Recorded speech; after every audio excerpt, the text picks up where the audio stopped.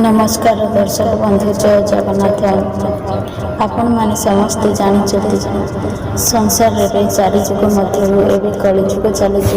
कलिजुग को हिंदू धर्म ग्रंथ रे एक अभिशप्त जुग बोली कहुए। कलिर प्रभाव जेते चरम आड़ को गति कर पृथ्वी से धर्मर विनाश होगा लगे। शेष भगवान कल्कि रूप धारण कर पृथ्वी पुनः धर्म स्थापन करेंगे। भगवान श्रीकृष्ण को महाभारत समय कलिजुगर विस्तार भाव में वर्णना करते। कलिजुगर लोक मैंने किपर हे से जीवन धारणा किपर व्यतीत हो, लोक मैंने अन्य प्रति किपर व्यवहार करेंगे, यही सब कथा से महाभारत समय वर्णना करते। आज भिडियो भगवान श्रीकृष्ण द्वारा वर्णना कर 5टी अप्रिय शब्द कथा जानिबा, किंतु ता पूर्व आपण मानक अनुरोध भिडियोटी को शेष पर्यंत देखंतु एवं आम चैनल को सब्सक्राइब करंतु। महाभारत समय पंचपांडवक मन में कलिजुग विषय जानिबार आग्रह है। सेमाने थरे भगवान श्रीकृष्ण को कहले, हे पार्थव, कलिजुगर लोक मैंने किपरि हेबे, सेमानकर जीवन किपरि रहिबो एवं लोक मैंने किपरि मुख्य प्राप्ति हेबे। एक कथा सुनी भगवान श्रीकृष्ण कहले, तुम्हें 5 जन वन को जाओ एवं वन में जहाँ सब देखिबो से सब मो आगे विस्तार भाव में वर्णना करिबो। पंचु पांडव वन को गले एवं वनरू फेरी आसिले।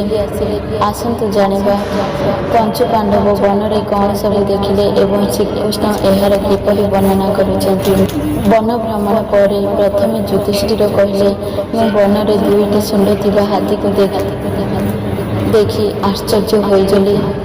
एहार अर्थ बुझाई कहतु। एक कथा सुनी भगवान श्रीकृष्ण कहले, कलिजुगरे एमिति लोक देखा मिले, से माने कहिबे गोटे कथा एवं काम करिबे आउ गोटे। अर्थात कलिजुगरे लोक माने 2 पटर शोषण करिबे। तापरे भीम कहले, मु वन रे एपरि एक गाय को देखिली जी कि तार छुआ को चाटी चाटी रक्त बाहर कर दउछि। यह देखि आश्चर्य होगली। यार अर्थ बुझाई कहवाक जाए भगवान श्रीकृष्ण कहले, कलिजुगरे अति स्नेह ममतार संतान मानक बांधि रखिबे एवं सेमानकर विकास बंद हो।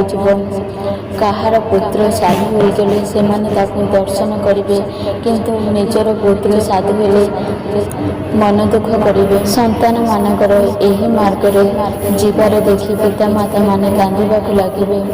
अर्थात कलिजुगरे लोक माने संतान मानक एते स्नेह ममतार बांधि रखिबे जे सेमानकर जीवन सेठारे ही नष्ट हो जिवो। भगवान श्रीकृष्ण वास्तवता देखा जाई कहले, ताहार पुत्र पत्नीर होइजिवो एवं कन्या पतिर होइजिवो, शरीर मृत्युर होइजिवो, आत्मा परमात्मार होइजिवो। तापरे अर्जुन कहले, मु बनरे एमिति एक पक्षी को देखिली जार परे वेदर मंत्र लिखा अछि, किंतु से मृत्यु शरीर मांस खाऊछि। यह देखि मु बहुत दुखित हेली। एक कथा सुनी भगवान श्रीकृष्ण कहले, कलिजुगरे ज्ञानी पंडित लोक बहुल मात्रा देखा मिले, किंतु सेमानकर आचरण कौशुदिव्य थिबो। सेमाने सर्वदा अन्य मानकर संपत्ति उपरे नजर पकाइबे, सर्वदा चिंता करिबे से केतेबेले मरिब, तार संपत्ति को निजर अत्यार को आनिबे। अर्थात लोभर मात्रा बहुल मात्रा बढ़िब, किंतु ज्ञान संत प्रभृतिर लोक खूब कम देखा मिले। तापरे नकुल कहले, मु वन रे बुलु बुलु देखिली ପର୍ବତରୁ ଗୋଟିଏ ପଥର ଖସି ଆସୁଛି, ଯାହାକି ବଡ଼ ବଡ଼ ବୃକ୍ଷ ତାକୁ ଅଟକାଇ ପାରୁନାହିଁ।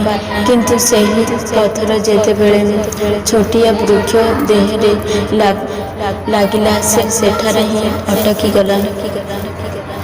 ଏହା ଦେଖି ମୁଁ ଆଶ୍ଚର୍ଯ୍ୟ ହୋଇଗଲି। ଏହାର ଅର୍ଥ ବୁଝାଇ କୁହନ୍ତୁ।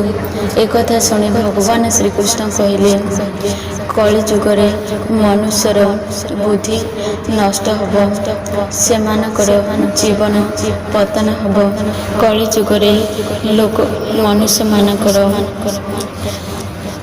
ଜୀବନର ପତନକୁ କୌଣସି ଧନ କିମ୍ବା ପଦବୀ ରୋକିପାରିବ ନାହିଁ। କେବଳ ହରିନାମ ଶବ୍ଦ ହିଁ ମନୁଷ୍ୟର ଜୀବନର ପତନକୁ ରୋକିପାରିବ। ଅର୍ଥାତ୍ କଳିଯୁଗରେ ଲୋକମାନଙ୍କର ହରିନାମ ଶବ୍ଦ ହିଁ ମନୁଷ୍ୟମାନଙ୍କର ଜ୍ଞାନର ବିକାଶ କରିବ। ଏହାପରେ ସହଦେବ କହିଲେ, ମୁଁ ବନରେ 4-5ଟା କୂଅକୁ ଦେଖିଲି, କିନ୍ତୁ ସେଥିମଧ୍ୟରୁ ଗୋଟିଏ କୂଅ ବହୁତ ଗଭୀର। ସେଥିରେ ଟୋପାଏ ମଧ୍ୟ ପାଣି ନଥିଲା।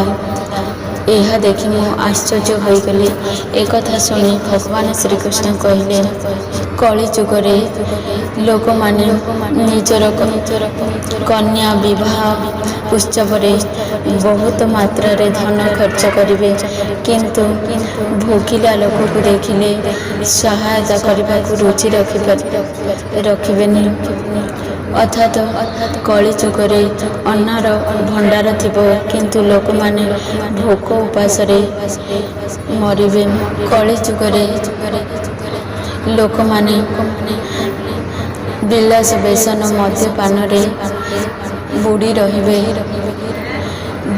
ଯେଉଁମାନେ ଏଥିରୁ ଦୂରେଇ ରହିବେ, ସେମାନଙ୍କ ଉପରେ କଳିର ପ୍ରଭାବ ପଡ଼ିବନି, ପରମାତ୍ମାର ପ୍ରଭାବ ପଡ଼ିବ।